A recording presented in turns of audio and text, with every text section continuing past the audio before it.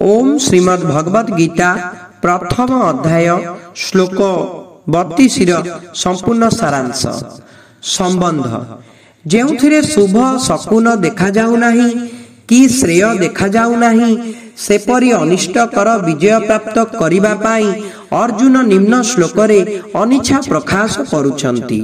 न कांखे विजयं कृष्ण न च राज्यं सुखानि च किन्नु राज्येन गोविंद किं भोग्यैर्जीवितेन वा। हे कृष्ण मु विजय चाहू नाही, राज्य चाहू नाही कि सुख मध्य चाहू नाही। हे गोविंद आंभ मानकर राज्य रे की लाभ, भोगरे अथवा बंचिबारे की लाभ।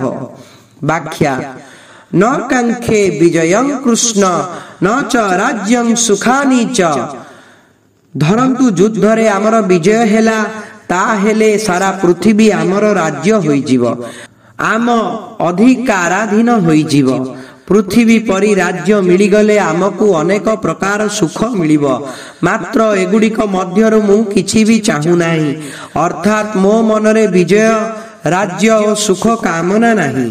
किंनो राज्येन गोविंद किं भोग्यैर्जीवितेन वा। जदि आम मनरे कोनोसी प्रकार कामना नाही ताहेले जेते बड़ राज्य मिलिले भी सेथिरे आमर की लाभ।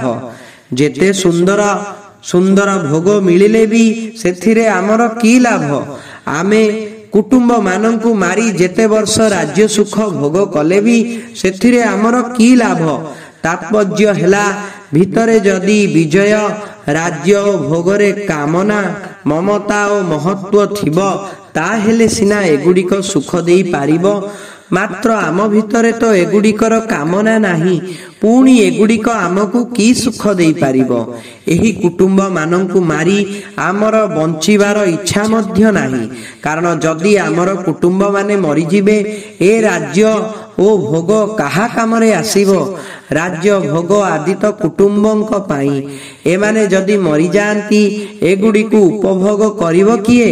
भोग कथा दूर रे थाउ, बरं आमको अधिक चिंता ओ शोक हेबो।